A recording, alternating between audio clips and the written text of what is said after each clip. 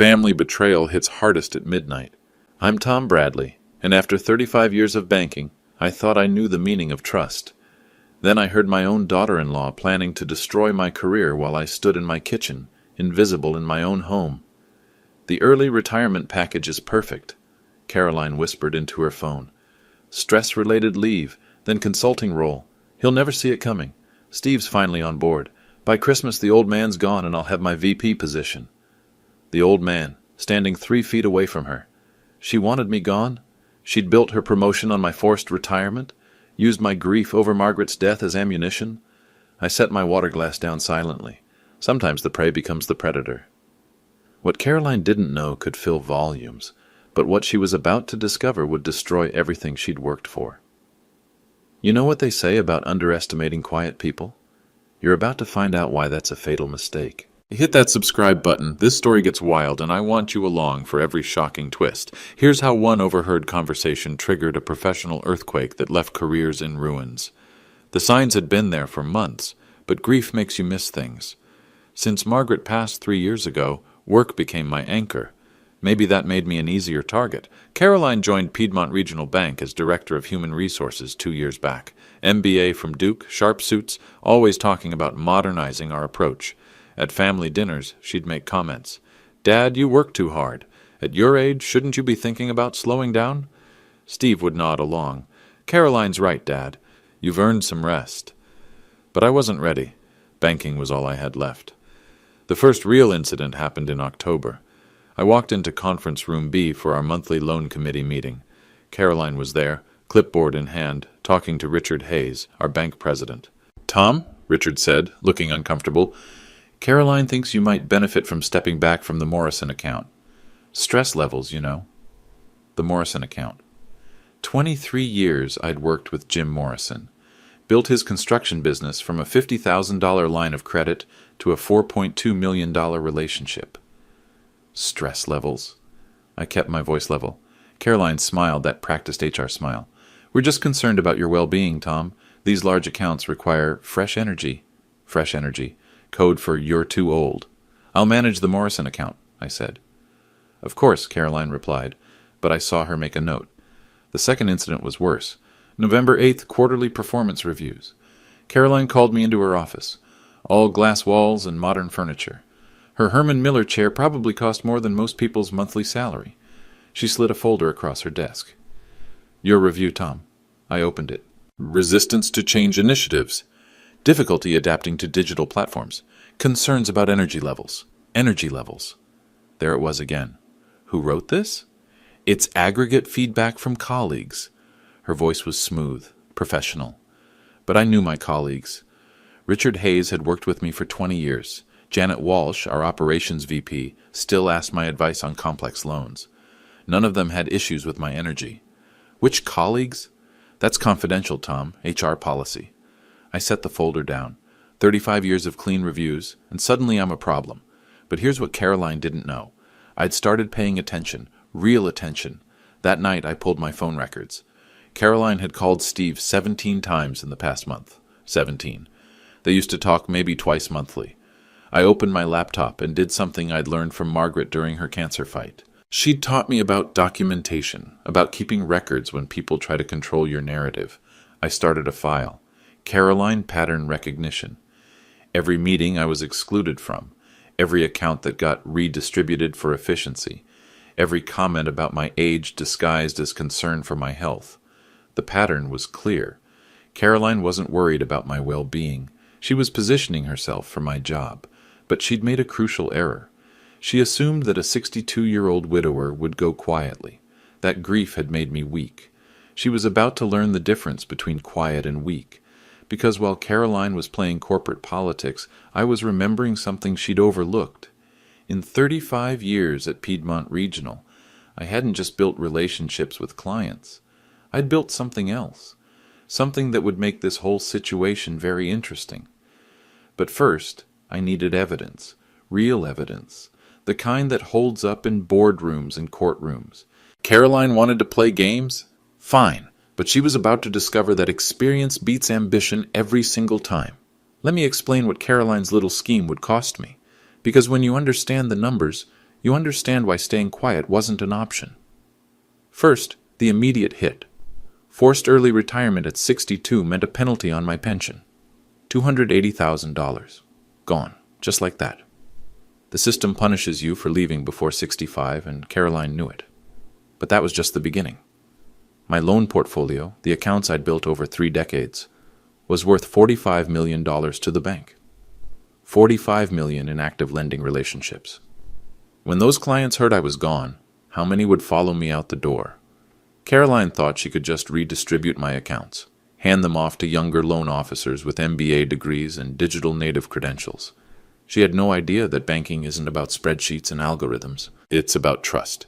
Jim Morrison wouldn't work with some kid fresh out of college. Neither would Elena Rodriguez, who'd expanded her medical practice from 1 location to 7 with my guidance, or the Thompson family, whose agricultural operation I'd financed through 3 generations. These weren't just accounts. They were relationships. 35 years of handshakes, late-night calls, and standing by people when other banks wouldn't. But Caroline saw numbers on a screen. She thought loyalty was outdated, old-fashioned, something that could be optimized away. That's where she miscalculated.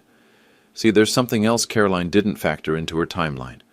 The Christmas bonus structure at Piedmont Regional. If she could force me out before December 31st, she'd be positioned for promotion to senior vice president. $85,000 salary increase, plus performance bonuses tied to loan portfolio management. She wasn't just stealing my career. She was stealing my relationships to fund her own advancement. Then there was Steve, my son. Watching him nod along with Caroline's concerns, seeing him avoid my eyes during family dinners, that hurt worse than any financial penalty. Margaret and I had raised him to be honest, to have integrity, but Caroline had spent 2 years whispering in his ear, convincing him that his old man was stressed, overworked, potentially making poor decisions. Dad needs to enjoy his golden years, she'd say. He's given enough to that bank. Golden years. Like I was some broken-down horse ready for pasture. But here's what really made this personal. Caroline had started spreading concerns about my judgment to our clients. Subtle questions during bank events. How do you think Tom's handling the stress of recent changes? Have you noticed him seeming tired lately? She was poisoning the well, systematically. Elena Rodriguez called me the week before Thanksgiving. Tom, someone from your HR department asked about our satisfaction with your services. Is everything okay? That's when I knew. Caroline wasn't just planning my exit. She was building justification for it, creating a paper trail that would show the bank had legitimate concerns about my performance. The mathematics were simple. If I stayed silent, I'd lose my pension penalty, I'd lose my relationships, I'd lose my reputation, and I'd lose my son's respect, because he'd think I went quietly into that good night. But if I fought back, that was riskier. Caroline held the HR authority. She could document any conversation we had, frame any resistance as proving her point about my stress levels, unless I had something she didn't expect. Which brings me to November 16th. The morning after, I overheard her midnight conversation. I made 3 phone calls that morning, 3 calls that would change everything. The first was to Margaret Chen, our chief legal counsel. Maggie, I need to understand something about employment law, hypothetically. The second was to my old friend Larry Peterson at First National. Larry, who'd been trying to recruit me for 15 years. Larry, that offer you mentioned? Tell me more. The third call was the most important, to a number I hadn't dialed in 20 years. Hello, Sharon. It's Tom Bradley. I need to discuss my shareholding position at Piedmont Regional. Yes, it's time to make it official. Because here's what Caroline never knew. What no one at the bank knew, except the original founders and the legal department. When Piedmont Regional went through its reorganization in 1989, certain longtime employees were offered the opportunity to purchase founder shares. Not many people had the cash or the confidence to invest their life savings in the bank where they worked. I did. 35 years of steady purchases, small amounts. Never enough to trigger disclosure requirements. Never enough to attract attention. But enough to matter, enough to change everything. Caroline thought she was playing chess with an old man who didn't understand the rules. She was about to discover she'd been playing checkers, and I owned the board. November 17th. I decided it was time for a conversation. Caroline's office. Glass walls, expensive furniture, and that confidence that comes from thinking you hold all the cards. "Tom," she said, looking up from her computer, "what can I do for you?" I sat down across from her desk, opened my notebook, the one I'd been keeping since October. "I want to discuss my performance review. Of course, I understand you might have concerns." October 12th. "You removed me from the Morrison account meeting. Reason given. Stress management." She nodded. "We discussed this." October 18th. "You redistributed the Henderson loan to Mark Stevens. Reason, fresh perspective." "Tom, I'm not sure where this is going." November 1st. "You excluded me from the quarterly planning session. Said I needed work-life balance." Caroline leaned back in her chair. That practiced smile. "Tom, these decisions were made in your best interest." November 8th. "You documented concerns about my energy levels based on colleague feedback." "That's correct." "Which colleagues?" "You know I can't share that information." I turned a page in my notebook. "Richard Hayes. I asked him yesterday. He said no one contacted him about my performance." Her smile flickered. "Just for a second." "Janet Walsh. Same answer. Said she'd be happy to provide a reference any time." "Tom, I think you're misunderstanding. Mark Stevens, young man you gave the Henderson account to. He told me something interesting." I let that hang in the air. Caroline's confidence was starting to crack. "He said you asked him to document any conversations where I seemed confused or overwhelmed." Exact quote. "We need to build a case for Tom's transition." Caroline straightened in her chair. "I never said that. Mark has excellent notes. MBA training, you know. Very thorough documentation." She was quiet for a moment, calculating. "Tom, I think there's been a misunderstanding. My job is to look out for everyone's well-being. Including your own? What's that supposed to mean?" I closed my notebook, looked directly at her. "Senior vice president position opens up if I leave before Christmas. $85,000 increase, plus bonuses tied to loan portfolio management." Caroline's face went pale. "You think this is about money? I think this is about opportunity. My opportunity becoming your opportunity." She stood up, walked to her window. When she turned back, the practiced HR smile was gone.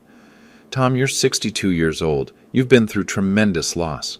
Working 70-hour weeks isn't healthy at any age, but especially not now." "So this is medical advice?" "This is realistic advice. The banking industry is changing. Digital transformation, automated lending platforms, data analytics, the skills that made you successful 30 years ago are outdated, are different from what we need now." There it was, the real Caroline.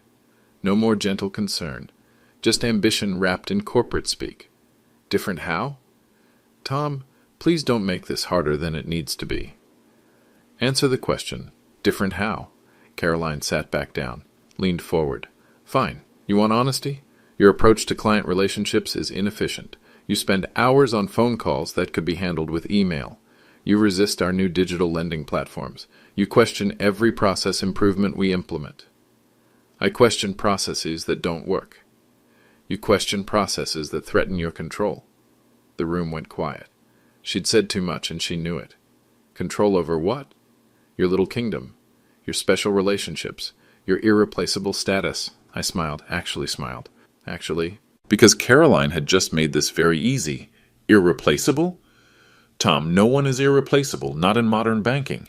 Interesting perspective. I stood up, picked up my notebook. "Caroline, I appreciate your honesty. Really, it clarifies things." "What does that mean?" "It means we understand each other now." I walked toward her office door, stopped, turned back. "One question. When you called Steve 17 times last month, did you discuss his inheritance planning?" Caroline froze. "How did you?" "Phone records, publicly available through the family plan billing." "That's private." "Family conversations about moving Dad to a retirement community, about managing his finances when he's no longer competent, about the burden of caring for aging parents." "Tom, you're twisting." November 15th, 11:43 p.m. You were on the phone with someone, discussing my early retirement package, the timeline, how I'd never see it coming. Caroline's face went white. "That's impossible. You weren't even home?" "I live there, Caroline. It's my house." She sat down hard in her chair. You have excellent soundproofing in the living room, but the kitchen shares a wall. Sound travels. Tom, whatever you think you heard was very clear, crystal clear. I opened her office door. Caroline, thank you for this conversation. It's been illuminating. Where are you going with this? I looked back at her, sitting behind that expensive desk, surrounded by glass walls, realizing that her perfect plan had a witness. I'm going to do what 35 years in banking taught me. Document everything, verify sources, and make very careful decisions based on facts. Tom, please. We're family. Yes, I said. We are.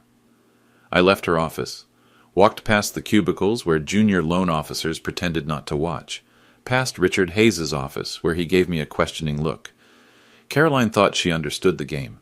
Position politics, leverage. But she'd forgotten the most important rule in banking. Always know who you're really dealing with. That afternoon I made a trip I hadn't made in 15 years. Downtown Charlotte, First National Bank Building, 23rd floor. The offices of Henderson, Walsh and Associates, the law firm that handled Piedmont Regional's original incorporation. Sharon Walsh met me in the lobby. 20 years older, silver hair instead of brown, but the same sharp eyes that had negotiated our founder agreements back in 1989. Tom Bradley, I wondered when I'd see you again.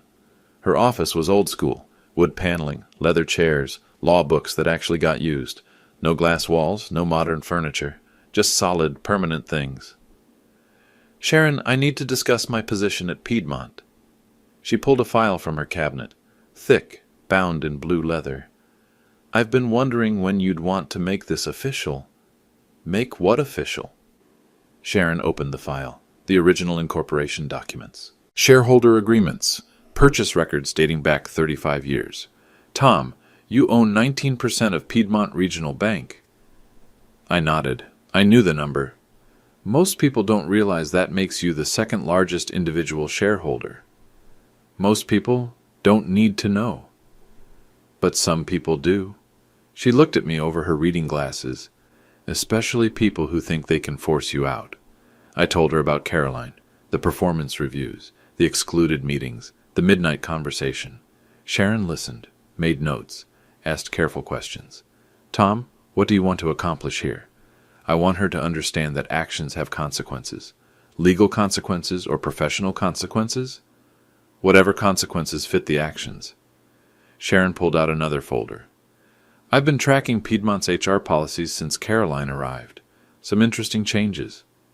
She handed me a document. New performance evaluation criteria, implemented 6 months ago. Notice anything? I read through it. Age-related language. Subtle but consistent. Energy requirements. Adaptability to change. Long-term career planning.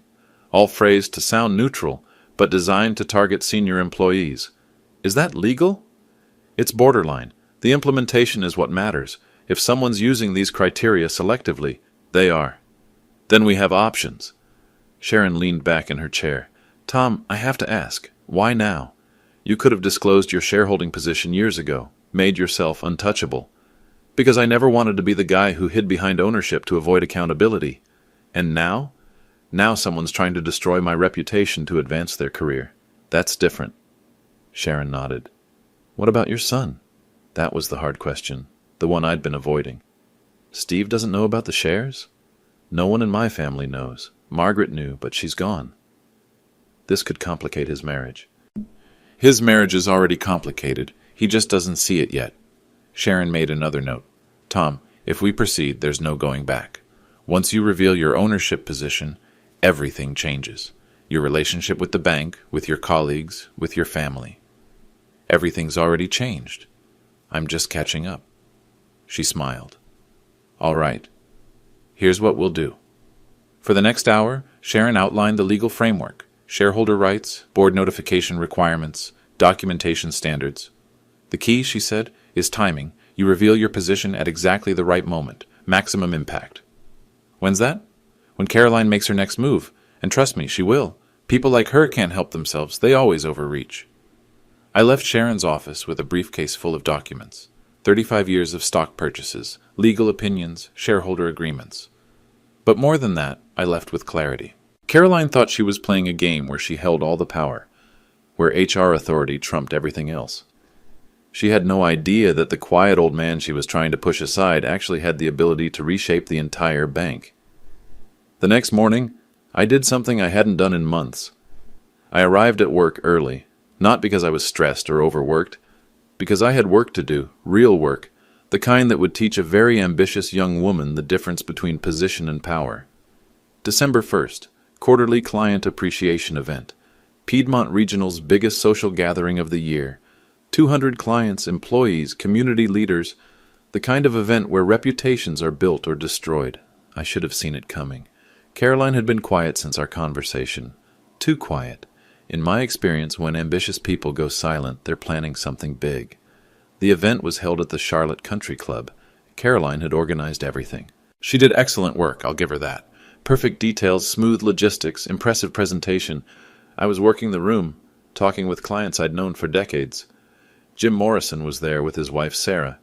Elena Rodriguez brought her practice manager. The Thompson family drove in from their farm. Good conversations, strong relationships. The kind Caroline thought were outdated. Then Richard Hayes stepped to the microphone. Ladies and gentlemen, thank you for joining us tonight. Before we conclude, I'd like to address something important. The room went quiet. This wasn't on the program.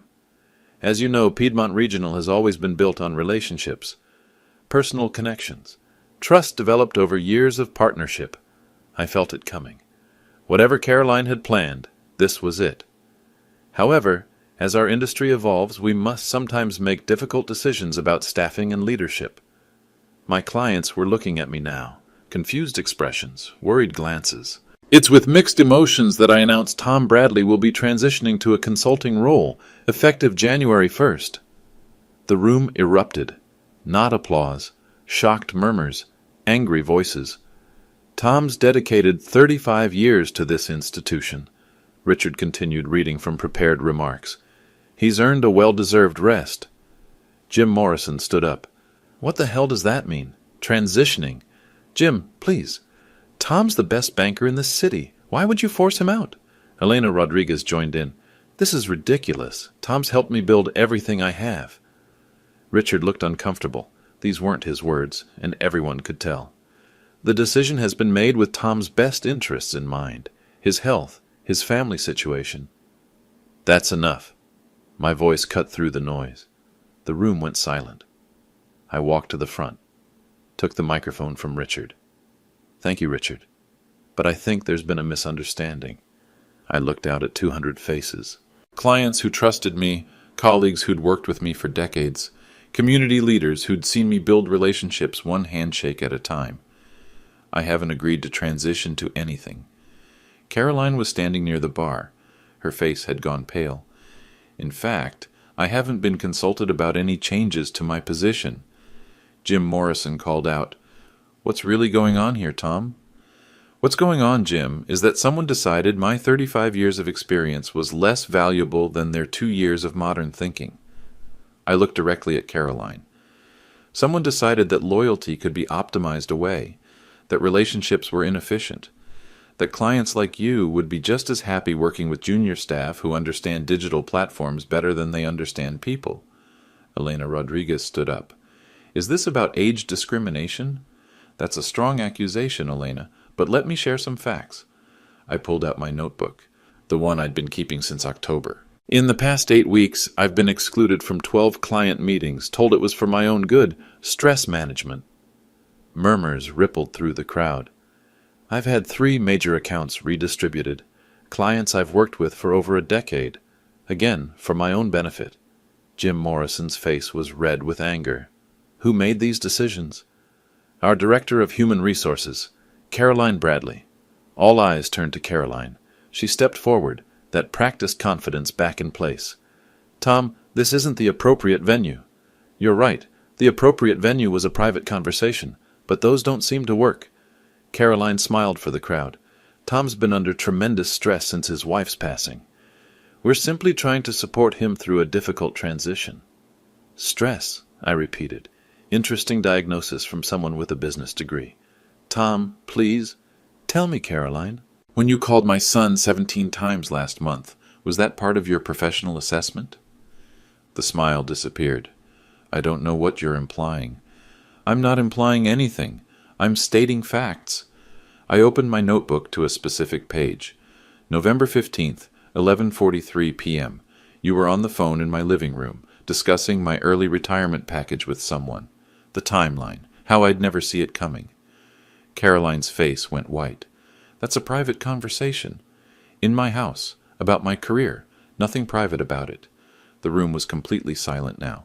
200 people watching a very public confrontation. You told whoever you were talking to that Steve was finally on board, that by Christmas I'd be gone and you'd have a clear path to VP. Tom, you're misunderstanding. Am I? Because it sounds like you've been planning my departure while pretending to be concerned about my well-being. Jim Morrison stood up again. Caroline, is this true? It's more complicated than... Yes or no? Elena Rodriguez called out.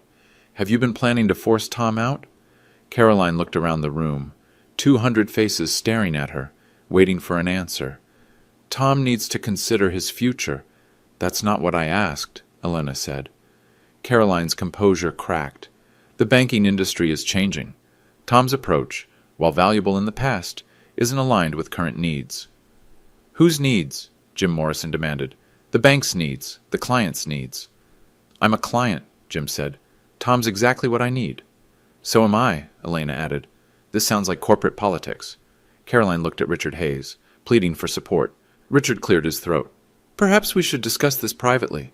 No, I said. Caroline wanted to make this public. Let's make it public.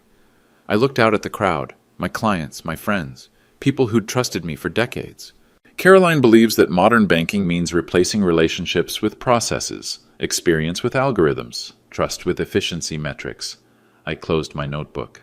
I believe that banking is still about people, about keeping your word, about standing by your clients when other institutions won't. The applause started slowly. Jim Morrison first, then Elena, then others. So here's what I propose, I said. Let the clients decide. If you want to work with Caroline's modern approach, stay with Piedmont. If you prefer the old-fashioned way, well... I smiled. I'll be making some announcements very soon. December 3rd, emergency board meeting.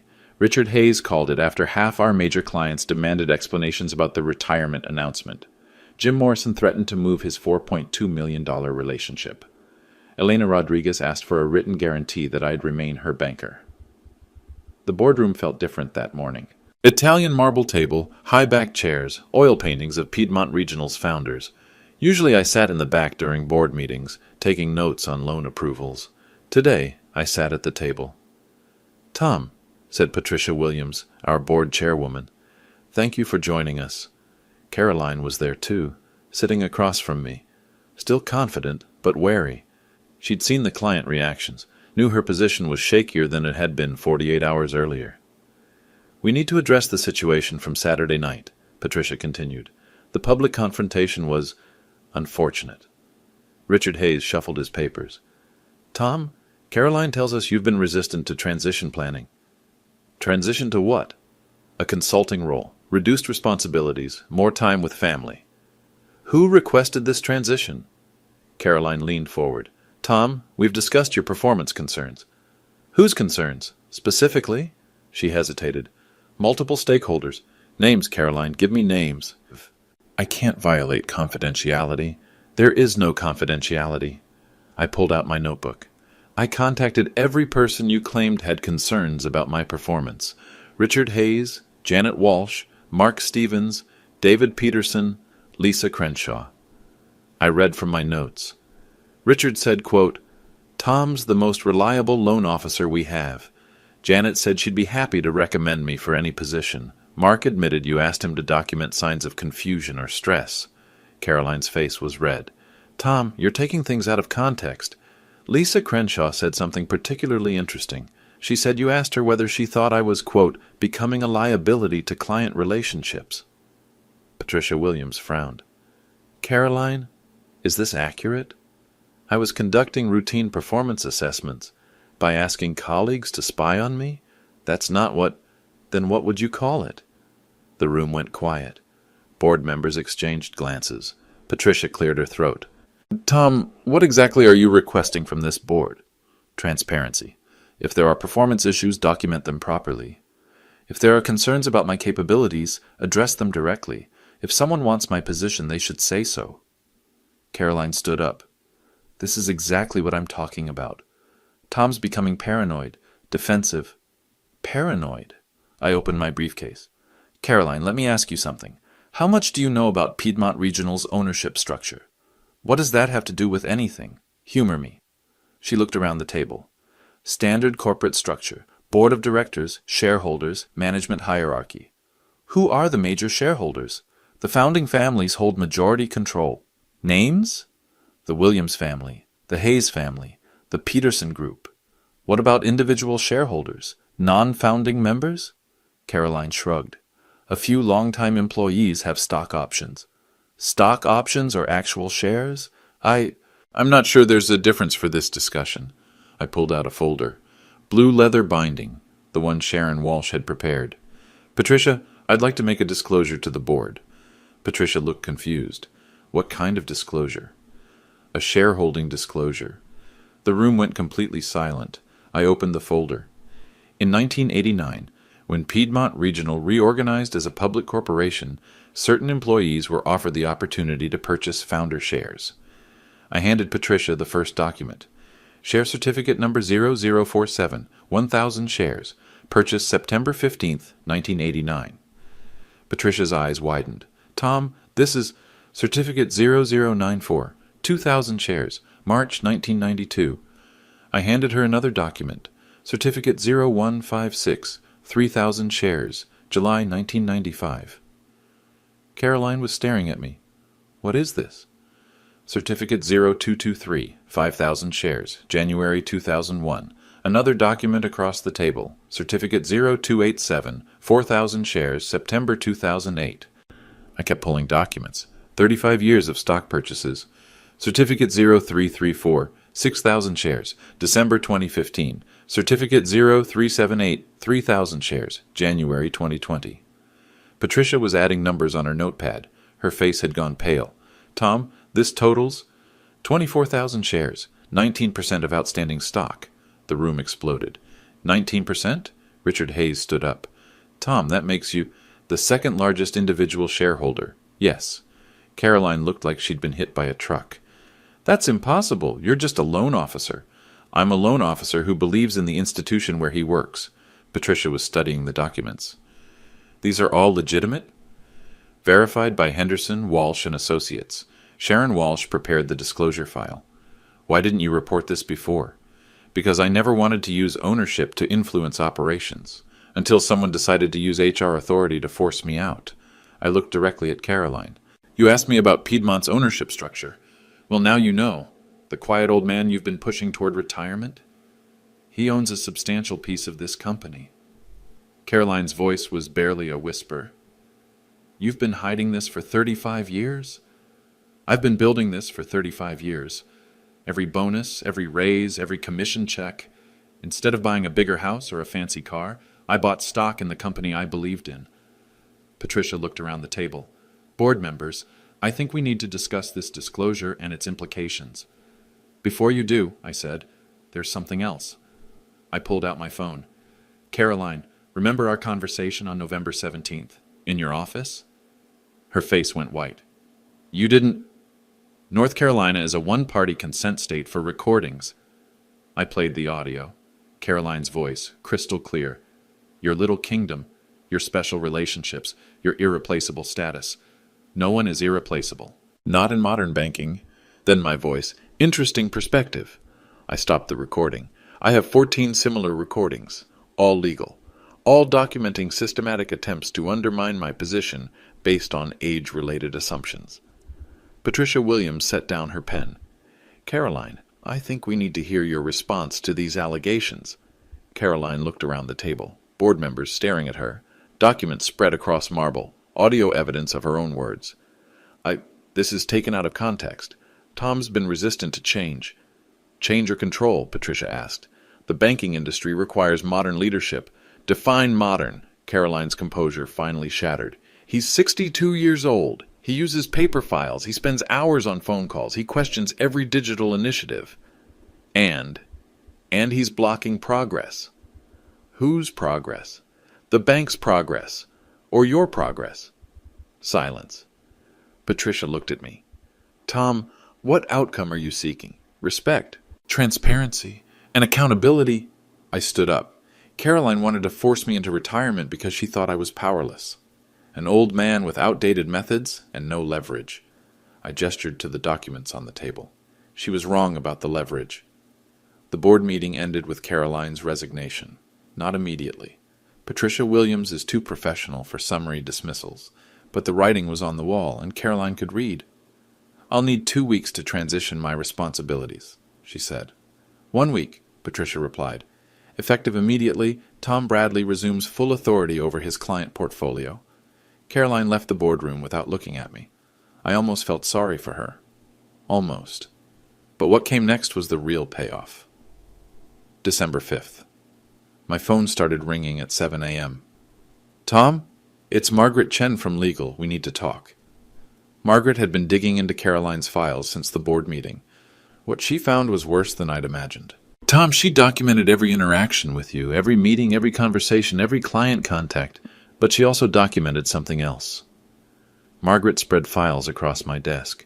Performance evaluations for 6 other employees over 55, all showing sudden declines in ratings after Caroline arrived. I looked through the files.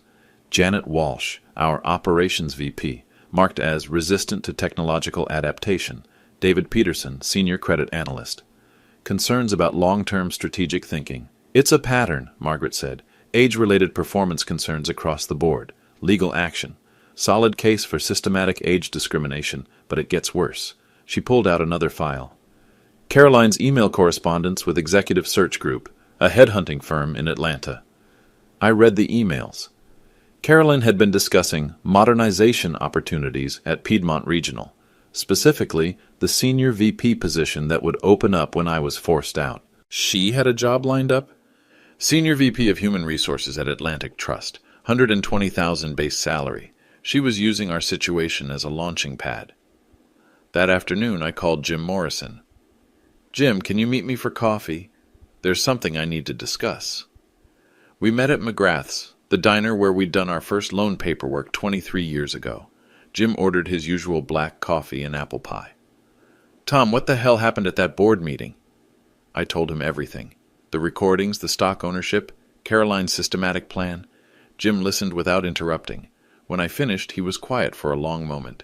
So you own 19% of the bank? I do. And this Caroline woman was trying to force you out to advance her own career? She was. Jim shook his head. You know what pisses me off most? She thought we were idiots. How do you mean?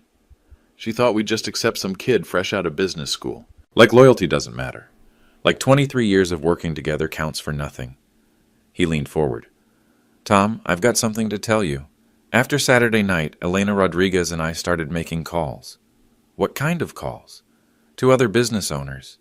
People who bank with Piedmont because of you. Jim pulled out a sheet of paper.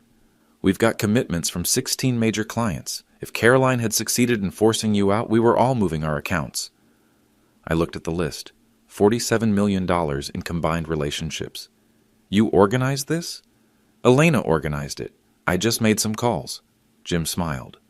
She's tougher than both of us put together. The next morning, I found Richard Hayes in his office. Richard, we need to discuss Caroline's replacement.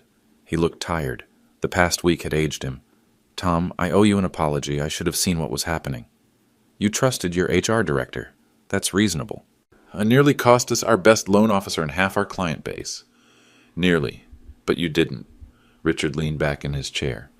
The board wants to offer you the senior VP position. Caroline's job, plus loan portfolio management. I appreciate that, but I have a different suggestion. I pulled out a proposal I'd been working on. Promote Janet Walsh to Senior VP. She's earned it. Create a new position. Senior Client Relationship Manager. That's what I want to do. What would that involve? What I've always done. Build relationships, solve problems, help people achieve their financial goals, just with a title that reflects the value. Richard read through my proposal. This actually makes sense. Separate client relationship management from administrative HR functions.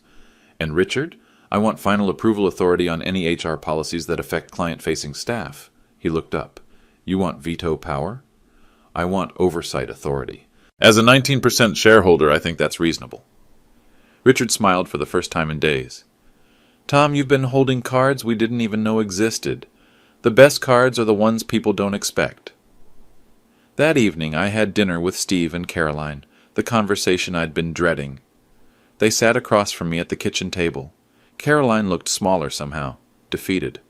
Dad, Steve said, Caroline told me what happened. What did she tell you? That she misunderstood your situation, that she thought she was helping. I looked at Caroline. Is that what you told him? She nodded, couldn't meet my eyes. Caroline, Steve deserves the truth. Dad, what truth? I told him everything. The midnight conversation, the systematic undermining, the career advancement plan. Steve listened in silence. When I finished, he turned to Caroline. Is this accurate? She was crying now. I thought it would be better for everyone. Better how? If Tom retired, he could enjoy his remaining years. You wouldn't worry about him working so hard, and I could build a career that would secure our family's future. By destroying his career. I didn't see it that way. Steve stood up, walked to the window. When he turned back, his face was hard. Caroline, I think you should stay at your sister's tonight. Steve, please. We'll talk tomorrow, but right now I need to process this. After Caroline left, Steve and I sat in the kitchen. 2 hours of difficult conversation. Dad, I'm sorry. I should have seen what was happening. She's very persuasive, and she played on legitimate concerns. About your health, your stress levels, about change, about getting older, about being left behind. Steve nodded. Those are real fears. They are, but fear doesn't justify manipulation. What happens now? With Caroline, I mean. That's between you and her. But Steve, whatever you decide, make sure it's based on who she really is, not who she pretended to be. He left an hour later. I sat in my kitchen looking at the spot where I'd stood 11 days earlier, listening to a conversation that changed everything. Sometimes the quiet ones are just gathering evidence. Sometimes experience beats ambition. And sometimes the best revenge is simply revealing the truth. The consequences unfolded exactly as they should have. Caroline's resignation became effective December 12th. By December 15th, she'd withdrawn her application to Atlantic Trust. Word travels fast in banking circles, especially when it involves employment law violations. Margaret Chen's investigation uncovered systematic age discrimination affecting 7 employees. The legal department recommended settlements to avoid litigation. Total cost to Piedmont Regional, $430,000. Caroline's severance was reduced to 2 weeks' pay. No recommendation letter, no positive references. But the real consequence was more personal. Steve filed for separation on December 20th. I found out when he showed up at my house that evening, suitcase in his car. Dad, can I stay here for a while? Of course. What happened? We talked until midnight. Caroline had spent 2 weeks trying to justify her actions, blaming me for trapping her, claiming I'd manipulated the situation, insisting she'd been trying to help. She actually said you forced her hand by hiding your stock ownership, Steve told me. How did I force her to plan my retirement without consulting me? That's exactly what I asked. Steve rubbed his forehead. Dad, I keep thinking about all those phone calls, 17 times in 1 month. She was building a case against you, and I was helping. You didn't know. I should have known. You're my father. I should have trusted you over someone I'd known for 4 years. The divorce proceedings started in January. Caroline hired an aggressive attorney who tried to claim financial fraud. Tom Bradley concealed assets that affect the marital estate, her lawyer argued. Sharon Walsh handled our response. Tom Bradley's stock ownership predates this marriage by 15 years. His investment decisions were made with his own earnings, not community property. Caroline's attorney pushed harder. The concealment suggests a pattern of financial manipulation within the family. Or, Sharon replied, it suggests a conservative investor who preferred building wealth to flaunting it. The case fell apart when Caroline's attorney discovered the timeline. Every stock purchase documented, every payment traced to Tom's personal earnings, no community funds involved. Caroline's demand for spousal support was denied. Her claim on Steve's inheritance prospects was dismissed. But the most satisfying consequence was professional. By February, word had spread throughout Charlotte's banking community. Caroline Bradley, the ambitious HR director who tried to force out a major shareholder. The MBA who thought experience was obsolete. Her job applications were politely declined. 3 different banks, 2 credit unions, even a financial services startup passed on her resume. Overqualified, they said. Not a good cultural fit. In March, I heard she'd taken a position with a small accounting firm in Asheville. $45,000 a year. Entry-level responsibilities. A 2-year detour that cost her everything she'd been trying to achieve. Meanwhile, Piedmont Regional was thriving. My new title, Senior Client Relationship Manager, came with authority I'd never had before. Final approval on any policy affecting client services. Input on hiring decisions for customer-facing roles. Janet Walsh made an excellent Senior VP. She implemented technology improvements that actually improved efficiency without sacrificing relationships. The difference, she told me, is asking clients what they need instead of telling them what's modern. By April, we'd added 12 new major accounts. Word spreads when banks respect their senior employees. Business owners like working with institutions that value experience. Jim Morrison brought us his brother's construction company. Elena Rodriguez referred 3 medical practices. The Thompson family convinced 2 neighboring farms to switch their banking. Total new business, $18 million. Richard Hayes was delighted. Tom, your situation turned into the best marketing we could have asked for. How do you mean? Loyalty, integrity, standing by our people. Those are powerful selling points. But the most important consequence was personal. Steve and I rebuilt our relationship, slowly, carefully, but genuinely. He moved back to his own place in May, but we had dinner every Sunday. Real conversations. No Caroline mediating, interpreting, or manipulating. Dad, he said one evening, I need to ask you something. Go ahead. Why didn't you tell me about the stock ownership? All those years you never mentioned it. I thought about that. Because I never wanted our relationship to be about money. But it's impressive. What you built. What's impressive is that you turned out to be a good man, despite having parents who weren't always perfect. Steve smiled. Mom was pretty close to perfect. Your mother was extraordinary, but even she made mistakes. Like what? Like worrying too much about whether we were giving you everything you needed, when what you needed most was to see parents who loved each other and worked hard and kept their word. You did show me that. We tried. In June, Caroline reached out through Steve's attorney. She wanted to apologize, to explain her actions, to ask for forgiveness. Steve asked what I thought he should do. That's your decision, but if you do meet with her, remember something. What's that? Apologies don't undo consequences. They're just words. Judge her by her actions, not her explanations. Steve met with Caroline once. He came home quiet, thoughtful. How did it go? She's still blaming circumstances, still claiming she thought she was helping. Do you believe her? I believe she believes it, but that's not the same thing. Steve looked at me. Dad, I learned something important from all this. What's that? Family loyalty isn't automatic. It has to be earned, and it can be lost. By Christmas, exactly 1 year after Caroline's planned timeline for my departure, Piedmont Regional reported record profits. Client satisfaction scores hit all-time highs. Employee retention improved dramatically. The board voted me a special recognition bonus. Not because I'm a shareholder, but because I'd helped the bank avoid a catastrophic mistake. What mistake? I asked Patricia Williams. Confusing change with improvement, mistaking ambition for competence, nearly losing our institutional knowledge to someone who thought wisdom was outdated. That night, I sat in my kitchen, the same spot where I'd overheard a conversation that changed everything. Sometimes people reveal exactly who they are when they think no one's listening. Sometimes the quiet ones are just gathering evidence. And sometimes the best revenge is simply living well. Today, 18 months later, my life looks different than Caroline ever imagined. I'm still at Piedmont Regional, still working with clients who value relationships over algorithms, still proving that experience and wisdom have a place in modern banking. But I've established new boundaries. No more tolerating disrespect disguised as concern. No more allowing ambitious people to weaponize my modesty against me. No more assuming that family loyalty is unconditional. Steve learned similar lessons. He's dating again. A teacher named Rachel who values honesty over strategy. She's met me 3 times and never once suggested I should consider retirement. She's different, Steve told me last month. How? She asks questions instead of making assumptions. She listens instead of planning.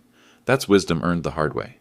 Caroline, I heard she's engaged to an accountant in Asheville, someone who doesn't know her history, someone who sees her MBA and assumes competence. I hope it works out. Everyone deserves a chance to learn from their mistakes, but I've learned something too. Quiet strength isn't the same as weakness. Experience isn't outdated, it's just harder to fake, and sometimes the person everyone underestimates is exactly the person you shouldn't cross. My clients understand this. Jim Morrison still calls me for advice, even on deals that don't involve the bank. Elena Rodriguez asked me to speak at her practice management conference about building long-term business relationships.